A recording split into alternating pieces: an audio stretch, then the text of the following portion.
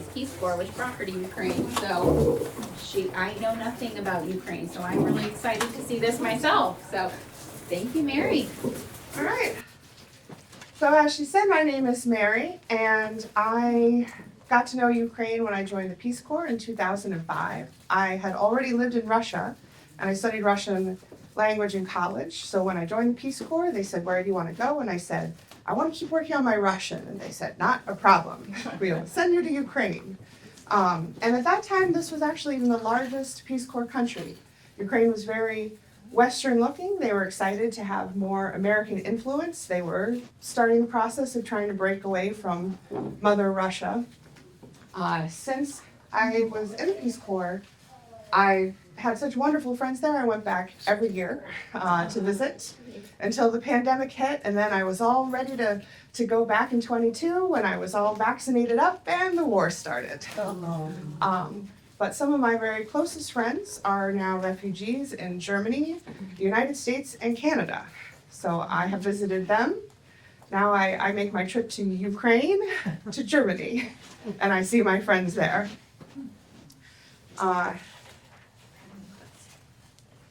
So since you can't really go to Ukraine right now, we'll just imagine that you could. Let's imagine you wanted to go a few years ago. There weren't any direct flights to Ukraine. It's not a popular destination. So you have to fly to Europe and then change planes somewhere, usually in London or Vienna, and then you can fly over to Ukraine. Most people go to Kyiv.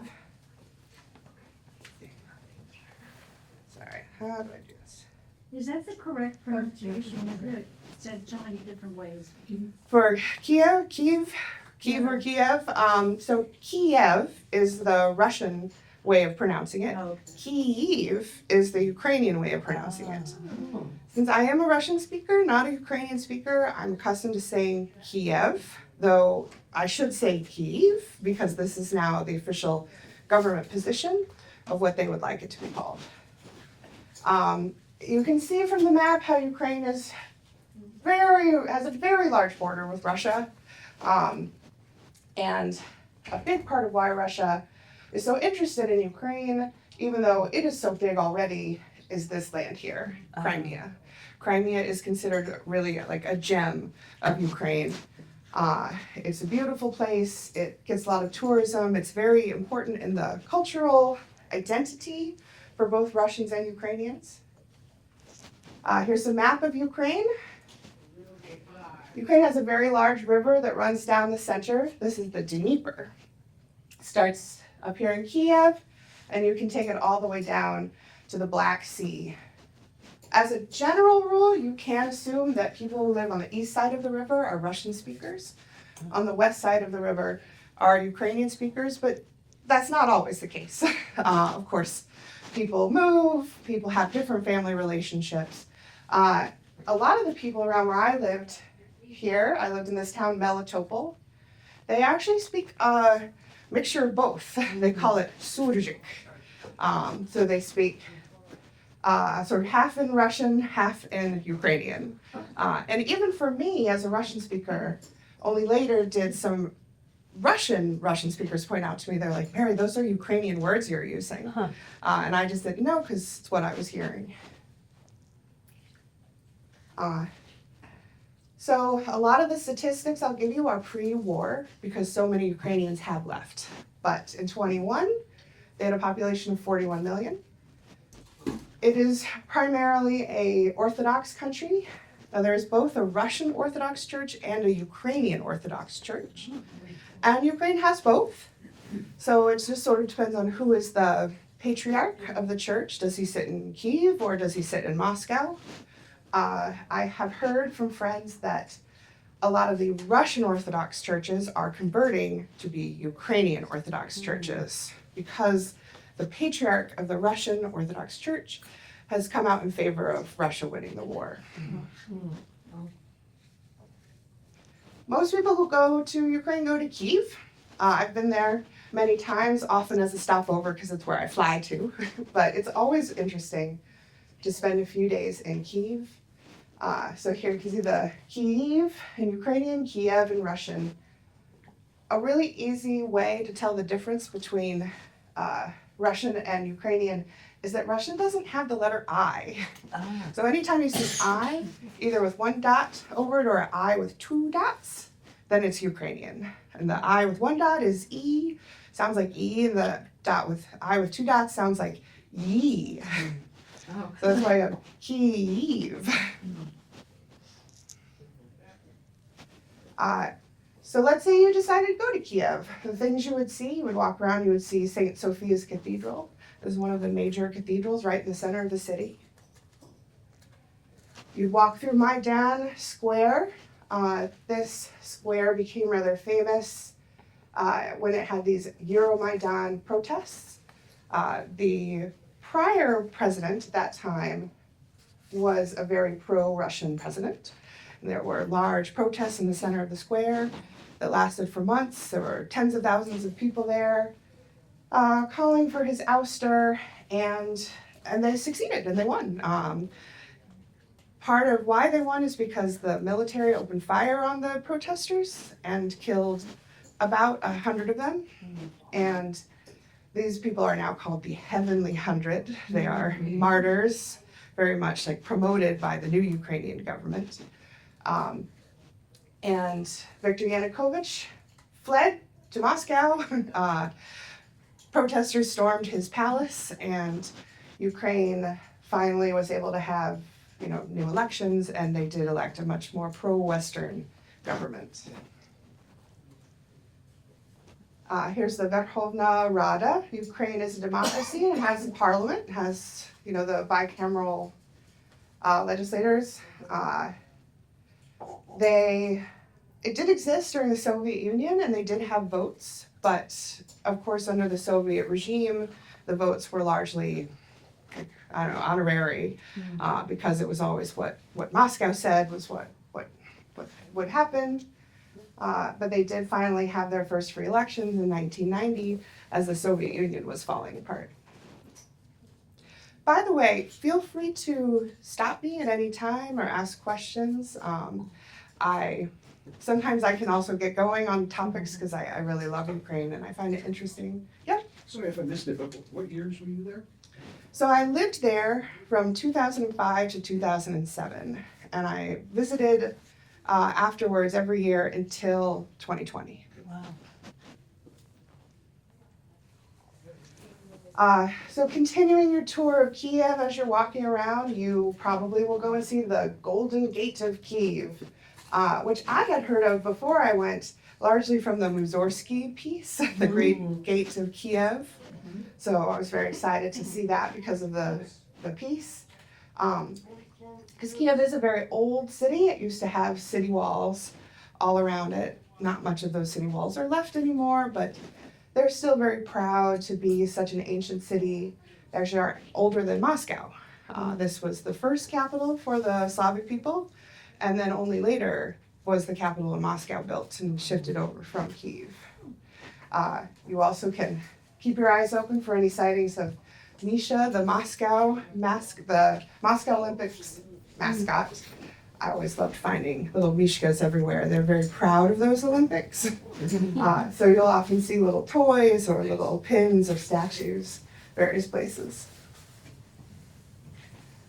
And you absolutely will see this. It's very hard to miss. It's enormous. It is larger than the Statue of Liberty. Wow. You'll probably even see it on the bus from the airport heading into the city. You'll be going and you'll see the Motherland statue. This was built in the 70s to honor the heroes of World War II. One thing about the Soviets is they really liked big, impressive statues, which I also like. So I always thought this was very cool.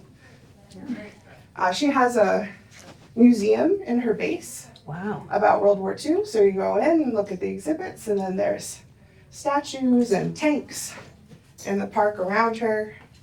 Wow. So here's the view you would see from the bus coming from the airport. She is a very big lady. And here's around her base where they have some tanks, they have some sculptures. Ukraine really did suffer a lot in World War II. It's hard to even fathom. The Soviet Union is estimated to have lost at least 20 million people in that war. Kyiv was occupied by the Nazis, and they actually took over all of Ukraine, including the town that I lived in, Melitopol. But now let's say you decide, I don't want to stay in Kyiv, I want to go other places. I'm gonna travel around. Probably you would travel by train. Most Ukrainians travel by train. They just don't have a really high rate of car ownership. Cars are considered very expensive. Ukraine does make some cars, but they are those small little Soviet-style cars. So they have a car called the Zaporozhets that is cute and tiny, but they're not very reliable.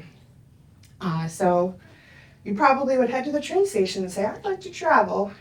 You get in your train. I love Ukrainian trains. Curtains and everything. Oh yes, they are lovely. A lot of the trains there are old. They were built in the 50s and 60s, but they still run. They are very reliable. They run on time. They generally have bunk beds inside because the distances are pretty long. So when I would take the train from Kyiv to Melitopol, it would take about 10 hours. So you'd want to get a sleeper bunk and try to get one that leaves in the evening, and then you can have your tea and your cookies and then sleep, and when you wake up in the morning, you're in Melitopol. So just pictures from the train. Every train car has an attendant called a provodnitsa, and she comes and she checks on you and she'll bring you tea and coffee. Oh, lovely. So the next most popular place to visit in Ukraine is Crimea. And you can take the train all the way down, and it ends in Crimea. A lot of people only know of Crimea because of the Crimean War. Some people might know the Charge of the Light Brigade poem is from the Crimean War, of the British charging in against the Russians, and I think they did win that battle, but they lost a lot of people. So Tennyson wrote this poem. Traditionally, Crimea is very culturally distinct from Russia or Ukraine because the people there for many centuries were Muslim. They're Crimean Tatars. So they have a very different look, very different traditional costumes.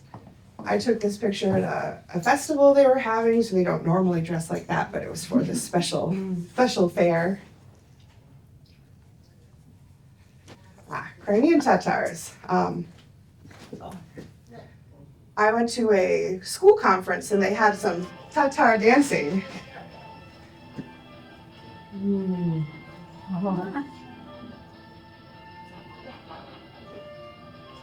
Right now, there are not a lot of Tatars left in Crimea. Even Stalin tried to get rid of them. He deported a lot of them to Siberia because he felt they wouldn't be loyal to Russia.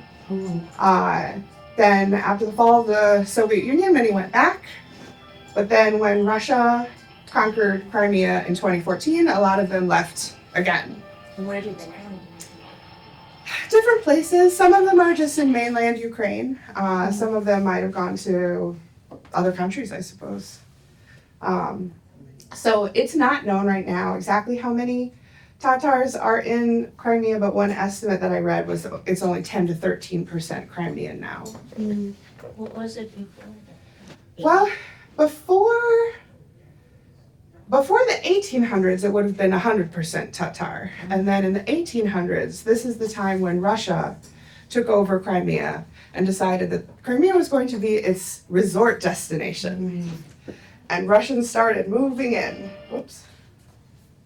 Bakhchisarai is a palace in the center of Crimea where the Khan used to live. They had a Khan who, it's unknown whether he was actually related to like Genghis Khan, but he told people he was. And that helped him to kind of maintain his power to this mythology of being like, I'm a descendant of Genghis Khan and I rule like the Khans.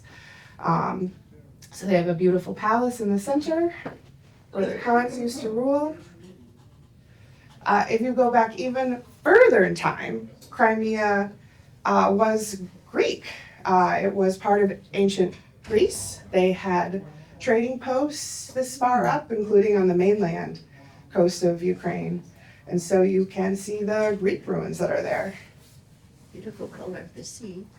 It is gorgeous there, yeah. So this is a archaeological site called Chersones, and it is just south of Sevastopol.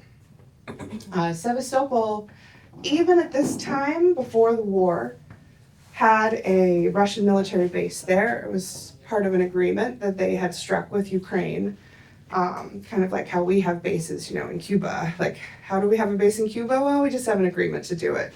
So they had a base just north of where I'm taking this picture, which unfortunately for Ukraine was then became the center of operations for attacking Ukraine from the sea. So be careful when you give someone permission to build a base on your land. More pictures of Chersones. It's a very beautiful site. There's my dad. And he came to visit me when I was in the Peace Corps, and we went to Yalta. Yalta has been for a couple hundred years now a very popular tourist spot for Russians. And even Tolstoy went on vacation there, and Chekhov went on vacation there. And it's still a very desirable place. So here I thought, this might be interesting for you to see the hotels. This is a very typical hotel in Ukraine. They're not fancy, but they're not bad. So some people think, oh, I don't want to travel to Ukraine. Maybe it won't be comfortable or won't be nice, but they actually do have pretty nice hotels now. And they have great beaches. You can see all the people going to the beach. One thing I do love about Ukrainians at the beach is that they are not self-conscious like Americans are. And it's often very multi-generational. So whether you are elderly or young, and everyone goes to the beach together and no one's embarrassed. Some people go swimming naked. They feel like, my body is my body and we should all just go in the water together. And I like that. I feel like sometimes in America we get very, we all have to look good for the beach. Is that black sand or rocks? Yeah, so this is a rocky beach. Crimea is pretty rocky. There are sandy beaches in Ukraine, but they tend to be on the Sea of Azov and not on the Black Sea. But these people seem pretty tough. They're just sitting on those rocks. I thought it was polluted, the wax, but that looks pretty clean to me. I mean, I don't know how polluted it is, actually. It's probably very polluted now because of the war. Yeah. But I have not swum in the Black Sea, but I have swum in the Sea of Azov. It seemed okay. More pictures. Pretty Yalta. See how it's very... Oh, Crimea is very mountainous in the middle, with then this rocky coastline around the sides. So it is lovely. Yalta. This is a very cool, often photographed place in Yalta, the Swallow's Nest. So one of these wealthy Russians who went on vacation there thought this would be a cool vacation house. And it is. Sure is. Building that. A lot of people know Yalta because they know about the Yalta conference. So when my dad came to visit, I knew he'd find this interesting. We went to the palace where they had the Yalta conference, and you could walk all through the palace. One thing that was very touching to me is that I didn't realize that Roosevelt's bedroom is just somewhere over here, just next to the conference hall. So his health was so poor at this time that it was all he could do to kind of go 10 feet over to the conference room and then back to his bed. Wow. And he died not long after this conference. Of course, they had lots of pictures, the famous three of them together. It is somewhat controversial, the agreement that they made in Yalta, because some people feel like Roosevelt kind of gave up on Eastern Europe and gave it over to the Soviets. hard to say. He wanted peace, and they needed the Soviets for that peace. And here's my town. Most tourists do not go to Melitopol. In fact, I've never met a tourist in Melitopol other than myself and my dad. But this is very much a typical Ukrainian working class city. And people there are the friendliest people you will meet, and they are thrilled to have visitors. So I feel like if you do know anyone in Ukraine, that's the way to go. You don't want to just go to the tourist spots. You want to go where, people will host you. Melitopol is not that old. It was founded because of the train line. It's on this line that goes either from Kyiv to Crimea or from Moscow to Crimea. So they wanted to have stops and posts along the route. A lot of people do still sell things to the passengers on the train. That's a big business for them. They grow cherries or other fruit.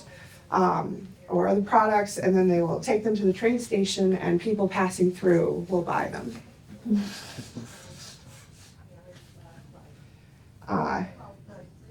There are factories in Melitopol. They make engines and agricultural equipment, dishes, clothing. So many of my friends, they either worked in education because I was there as a teacher, or they worked for a factory.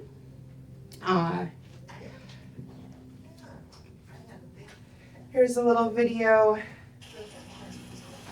You can kind of see the center of town.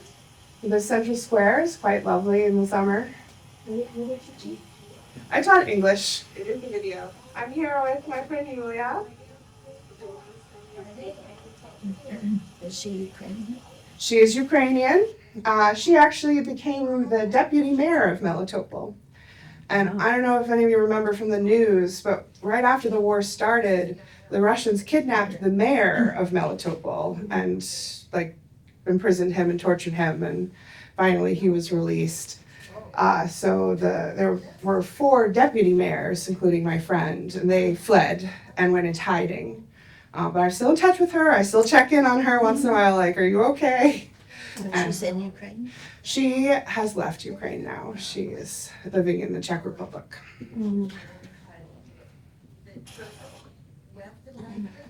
Well, that's fine. It's a beautiful park in the center of town called Gorky Park after the writer Maxim Gorky. No, those black swans. Maybe. I don't know much about swans. You might know better than me. They look like swans and they're black. Yeah. They have some entertainment in the center of the park. I know these look pretty clunky, but it only costs 10 cents to ride them, and kids love it. And it's nice because the park in the center of town is very much just like a public social space. On a warm day and the weekend, everybody goes to the park. And you have a picnic in the park, and people are selling snacks and seeds and beer on the sidewalk, and you just kind of plop yourself down, and it is allowed to drink in public there. So you get a beer, you get some seeds or some treats, sit with your friends on the grass, maybe ride some rides, and you spend the whole day there. And it's just a nice... Great program. Yes. Yes. This is another place in the park. They have a little restaurant that sells chebureki. This is that's a Tatar dish because Melitopol is very close to Crimea. So we have a Tatar population in Melitopol, and it's just sort of a fried dough with stuff inside.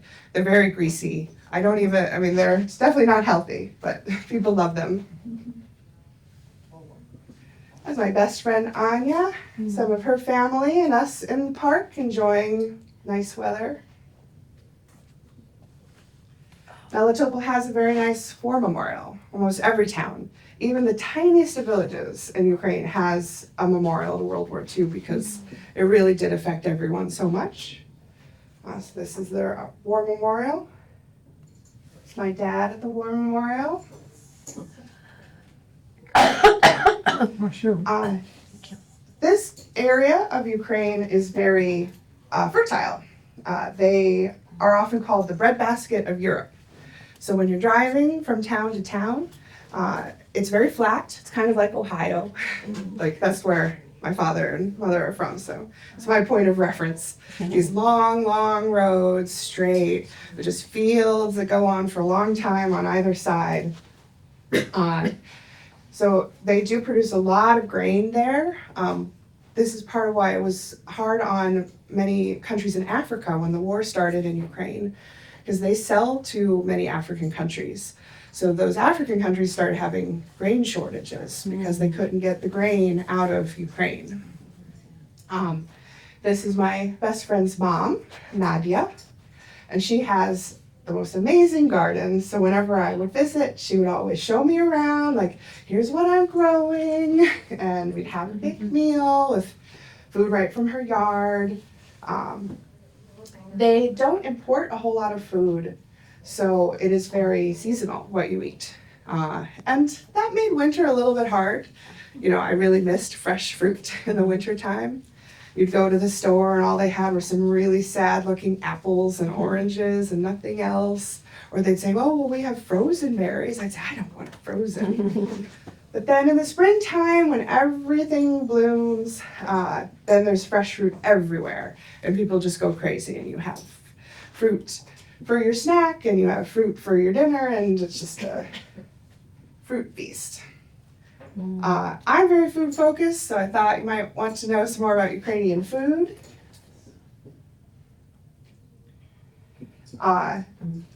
Ukrainians love holidays, they love family gatherings. And when they have family gatherings, whoever is hosting is expected to cover the table with plates. They have an expression that the Stow slamaється, the table is breaking, because it has so many plates on it. And has some of the sandwiches you made for us. That's right. These are the butterbrod. This open-faced sandwich is they always have it at parties. And then it's good for breakfast the next morning and the leftover butterbrod. So some more friends of mine. This family here, they are now refugees in Canada. And they like it there quite a lot. I haven't visited them yet. They live in like way out west and north. Yeah. But someday I will get out there. Yeah. So blini. There's also blini over here. This is my favorite Ukrainian food. It's probably something you guys have had. Certainly you've had crepes. It's just like a crepe. And it is often traditional to wrap something inside of it. My favorite thing inside of it is cheese, farmer's cheese. My friend's mom, she'll even put it in a pan, cover it with cream, and bake it. It's amazing. Often on a birthday or holiday barbecue, and they barbecue very simply. You just get a bunch of sticks from the woods, and you put them in your barbecue area, and you set them on fire. And once they're down into being charcoals, then you put your meat on top, and the only thing they'll spray on it is some vinegar. A little bit of vinegar and water on it to keep it moist. And it's great. It really takes the flavor of the wood. The vinegar gives it just a little bit of seasoning. Cards in there. And then this is the How many? It's another famous Ukrainian food. They're these little dumplings that have usually meat inside, but you can't put other things in them, put mushrooms. In the spring, they even will put cherries in them. Here's some friends trying to teach me how to make pelmeni. You do it so quickly, it's hard to follow. They do. I have tried to make them. I have trouble getting the seal very tight because then you boil them, and a lot of mine will open up in the water. And then you have soup. Right.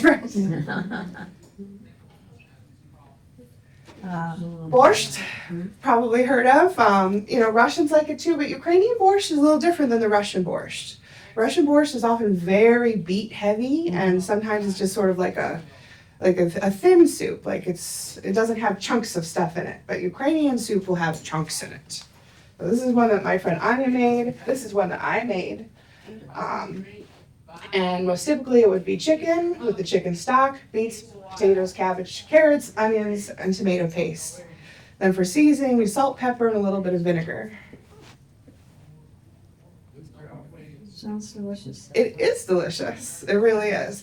And different families have different, personal traditions about the borscht. I have one friend who made me borscht and she put beans in it. And I was like, beans? I've never heard that before. And she said, well, that's what my mom did. People have their different things. What kind of beans? I don't remember. Any green beans or dry? Oh, yeah, like dried beans. Like some sort of a pinto bean or something. I once made a vegetarian one with mushrooms, and that came out pretty well. They eat a lot of dried fish, so they do fish from the Sea of Azov and the Black Sea. We shouldn't eat it. I don't know how polluted that sea is, but they eat it. And I do too, because I love dried fish. It is very typical to have it with beer. So this is actually a fish stall by the seaside. So you go to the fish stall and you get a beer and a fish and you sit on the sand and munch away. Wow. These have nuts in them. So it's nuts. It's a string of nuts that's dipped into fruit, like a very thick fruit juice, over and over and over until it kind of hardens into a casing around the nuts. Wow. That's like an orange flavored casing? I don't know. Yeah, sometimes they are bright red, and then it's probably like cherry. This one is so light in color. It might be apricots. They grow a lot of apricots there. I bet it tastes good. It does taste good. They're very chewy. And I thought I'd talk a little bit about the major holidays of Ukraine. It's always fun to go during a holiday. It's beautiful. Yeah, people often know about these eggs. Ukrainians are known for decorating eggs at Easter. So this is my friend Olga. She's a good friend of mine who was always trying to teach me how to be more Ukrainian. Unfortunately, she passed away in 21 from coronavirus. So I miss her, but here's from when she had me over with a friend, and they're trying to teach me how to do this. My eggs did not come out very beautiful. And maybe some of you do this already, but I didn't know that it's all about the wax, and you put wax on what you want not to dye. So you make these intricate patterns, then put them in the dye, then you can clean off that wax, you can put on different wax and put it on a different dye. That's a lot. It is.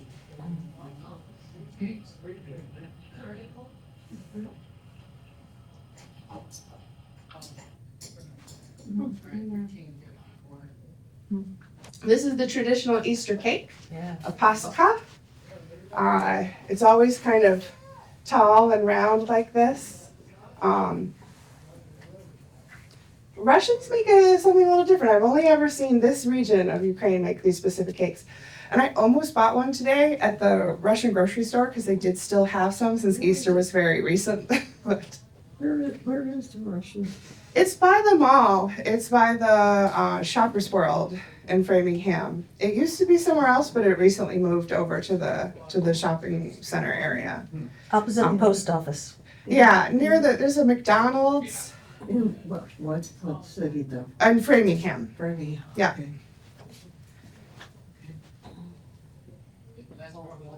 If you know Tennessee's Barbecue in Framingham, it's right across from that as well. Yeah, near the post office and the McDonald's.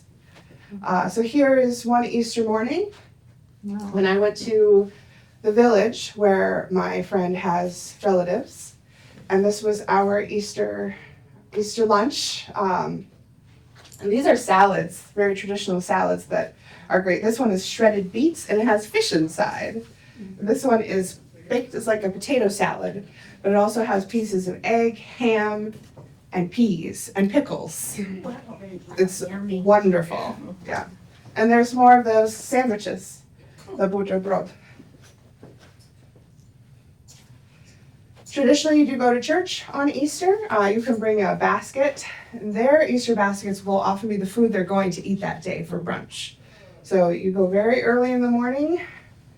This year I think we got up at 6 a.m. and we walked to church and we had our big basket, and then everyone sets their basket down on the ground and the priest walks around with his holy water and he flicks water at it and blesses all the baskets. Then you can eat your food and know that you're getting holy food. Christmas is also a very big deal there, though an even bigger holiday is New Year's Eve. The Soviet Union did not want people to be religious. They would try to kind of dissuade people from being religious. So they changed the big celebration to being New Year's Eve instead of Christmas. And it works especially for them because under the Orthodox calendar, Christmas is January 7th. So, Christmas would then be sort of even earlier on the 31st.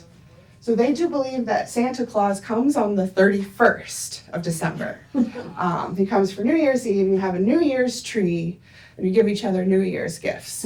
And then Christmas, a week later, is a quieter family holiday where you just kind of go to church and you have a nice meal, but you don't give gifts. Since the war, some Ukrainians have started celebrating Christmas on December 25th. To be more Western and to break with the Russian tradition. My friends just celebrate it both now. They feel like, we have two Christmases. So they call Santa Claus Ded Moroz, Father Frost, and he has a helper named Snegurочка, who is the snow maiden, who helps Father Frost to deliver the presents. So this is one year I went back to visit, and it's New Year's Eve, and that was my friend's tree, and her cousin dressed up as Ded Moroz, and her daughter is Snegurочка.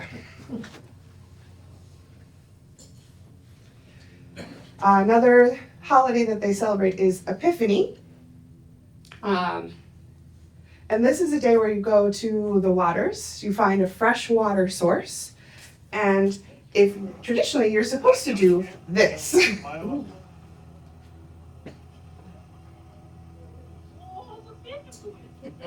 Looks like it's cold. Yeah, I mean it's like January 14th usually. It's on the Orthodox calendar.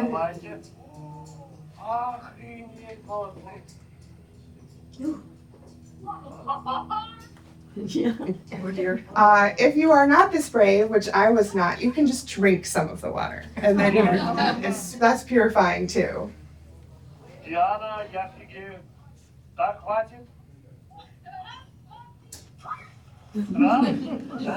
So this is supposed to be purifying of the soul. Right. This is that little girl who was Snegurочка, which now she's grown up. Dana. They have a fire nearby. I'm sure they did run immediately, like into the car and then back home or something. Yeah, so here's other people who are finding water early in the morning on Epiphany, and they're even filling up some bottles, I think, to take back home to people who weren't able to come out that morning with them. And then summertime. Summertime's a great time in Ukraine because the winters can be pretty brutal. So then in the summer when it's warm, people are really happy. Melitopol is near the Sea of Azov, so we would often go to swim or rest on the beach, and they also have some hot springs. So these are my friend Anya's, her mom, her brother-in-law, her mom's boyfriend. This is one of the hot springs. There's Anya and her mom in the hot springs.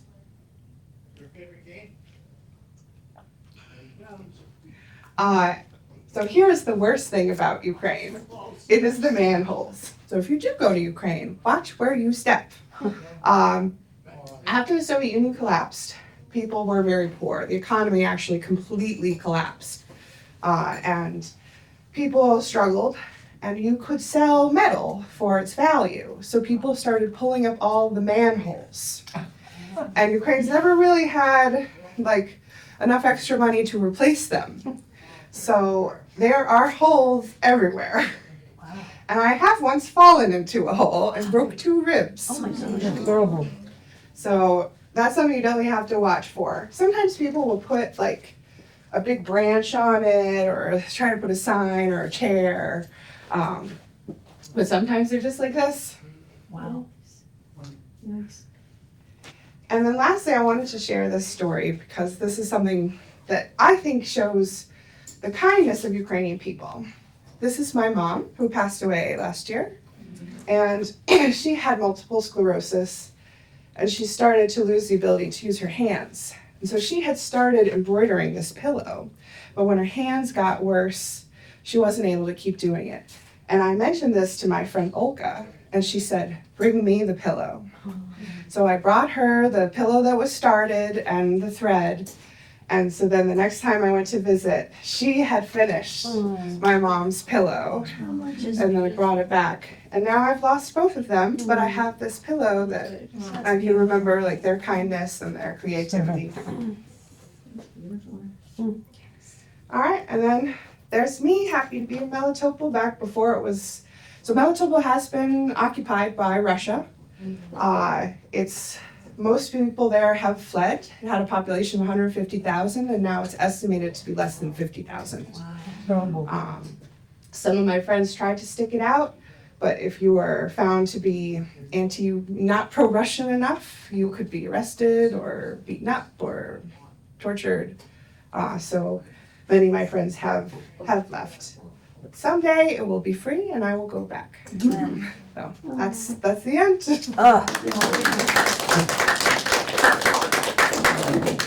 Any questions or thoughts or?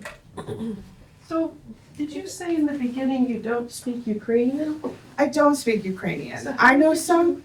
I speak Russian, and Melitopol is a Russian-speaking city. So all of my friends all speak Russian. And we used to joke that we only used Ukrainian in the post office because that was like the federal office building.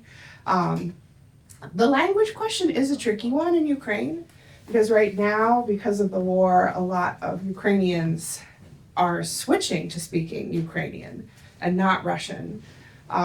This is easier when you're young and you can kind of learn both. Plus, a lot of kids learn Ukrainian in school as kind of like how our kids learn Spanish. So they already have this background, but if you're older, it's hard to pick up a new language. So I do feel like as like the new generation grows up, probably more and more people will speak Ukrainian and not Russian, but my friends all speak Russian. So are the languages close enough that you can kind of understand each other? Yeah, they are. Someone told me once that they are about 70% the same. The accents are very different. Like the vowels, Russia has a lot of these like yeah, yo, yob sounds, whereas Ukrainian does not have that. So if you hear someone say like mene tebe, you know, that's Ukrainian. If they say minya tebya, this is Russian.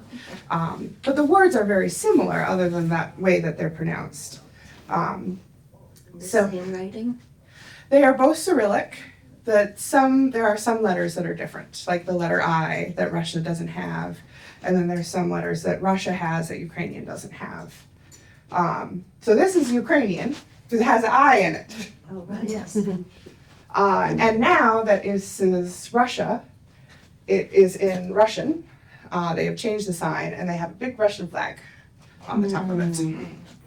So was it just a requirement for little kids to learn Russian in Ukraine before the war?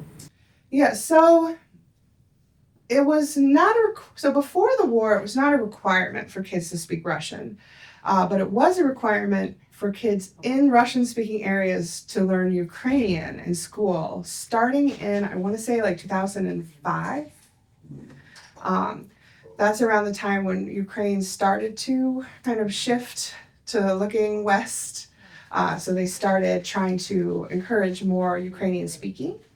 And around that time, they also passed a rule that new television programs should be produced in Ukrainian instead of Russian. So I think that is a way that you can reach people. Like people watch TV, and if the TV is in Ukrainian, you start understanding Ukrainian. But they have subtitles.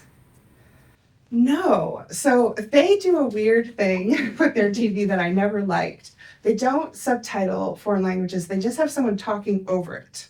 So you could watch these shows like Friends or, Seinfeld, and it would just have like a guy doing all the voices, speaking on top of the characters who are speaking. And I said this to my friends once, like, this doesn't bother you? Like, it's even, they couldn't even get a guy and a girl to do the two different voices, and they were like, we don't even think about it anymore, we're just used to it. What did you do in Russian? You say you lived there? I was a student. I got my master's in Russian history at the European University of St. Petersburg. And I loved living in Russia. I'm not, it is a beautiful city. I'm not anti-Russia, but I'm anti-Putin. Yes.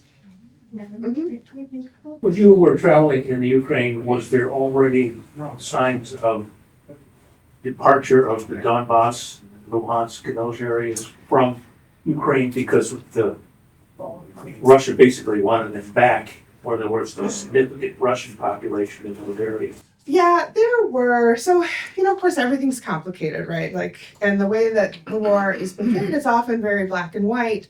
But yes, there were already problems in eastern Ukraine.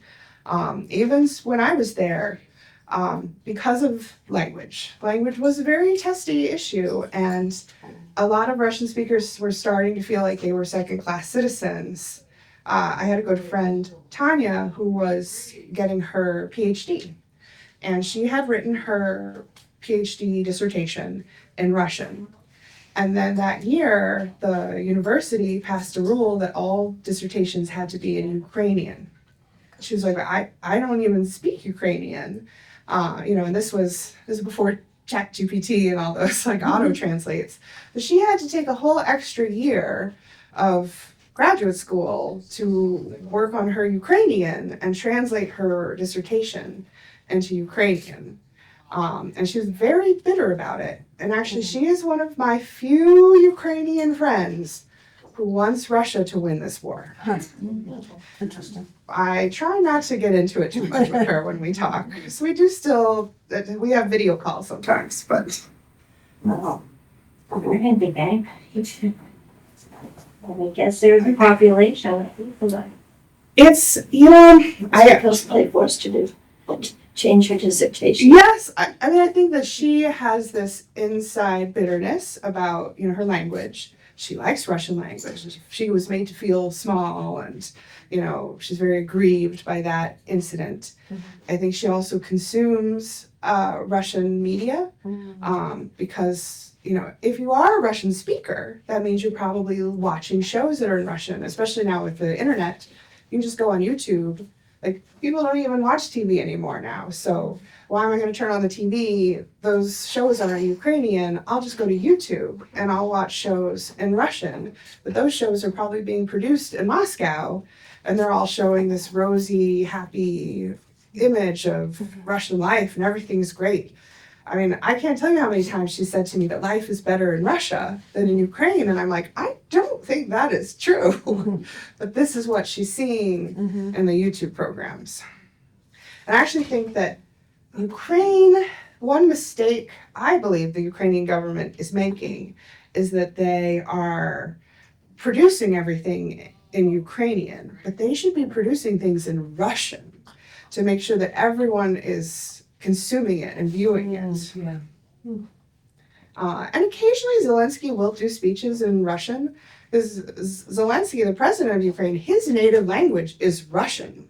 He grew up speaking Russian. He learned Ukrainian so that he could create the TV show that then made him famous. Wow.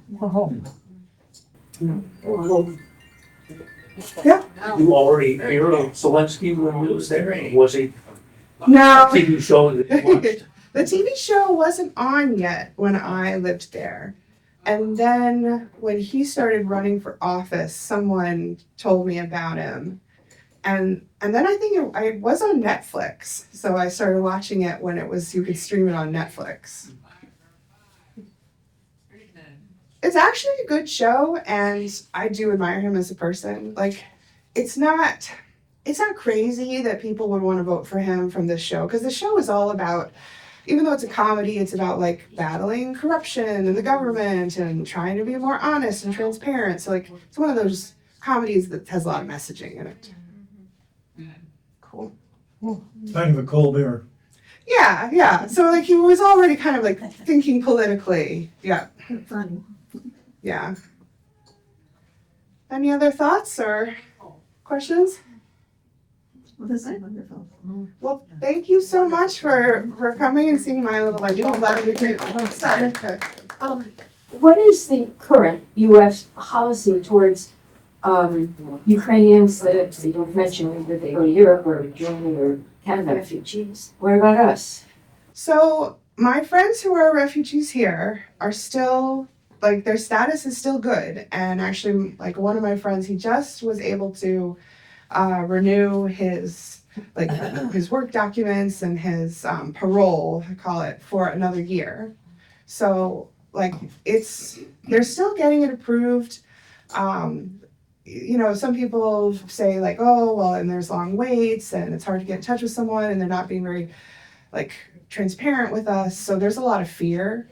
A lot of people think like it could disappear any day. But I do know of someone who just got another year, and this was in like January, February, he got it renewed. So so they are still they're doing that, and I hope that we do keep letting them stay, because like my friends, this guy and his wife are in Chicago. They just bought their own little townhouse. They both work, like they're contributing to society.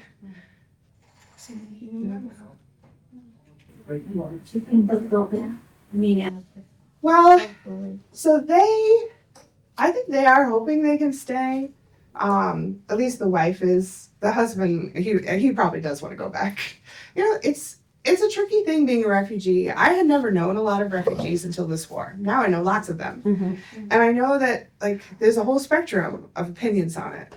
I had some friends in Germany who actually went back to Ukraine because they didn't like it. They're like, I don't like Germany. They treat me weird. I can't learn German.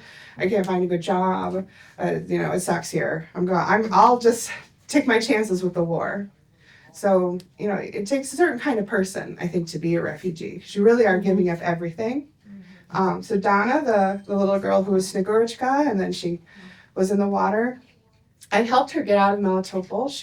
We were able to find a bus that took her down to Crimea and then to Moscow and then through Belarus and then across the border to the train. And all she had was one backpack full with 2 changes of clothes. And that's all she was able to take with her. By yourself? She went with her brother. And the brother actually was one of the ones who then eventually went back because he didn't like it in Germany. Languages are so difficult. It's very hard to learn a new language, and not everyone is good at it. But she's still there. She speaks German like pro now. I just visited her in November, and her language was great. She has a cool job. She drives a truck for a construction company. So she's like very feminine little girl with this giant truck. So, you know, they need people for jobs like that. So I think she has her own apartment. She was so proud of it. It was very clean. You know, it's her first apartment on her own. So she's doing great. I think she would like to stay. And Germany does have a path to citizenship for refugees, something that we do not actually have right now in the United States. Well, thank you so much for coming, and I think I could talk about Ukraine for many hours. But please help yourself to any more snacks. You could take some candies home with you if you want to give any family members some candies from Ukraine. But thank you. Thank you.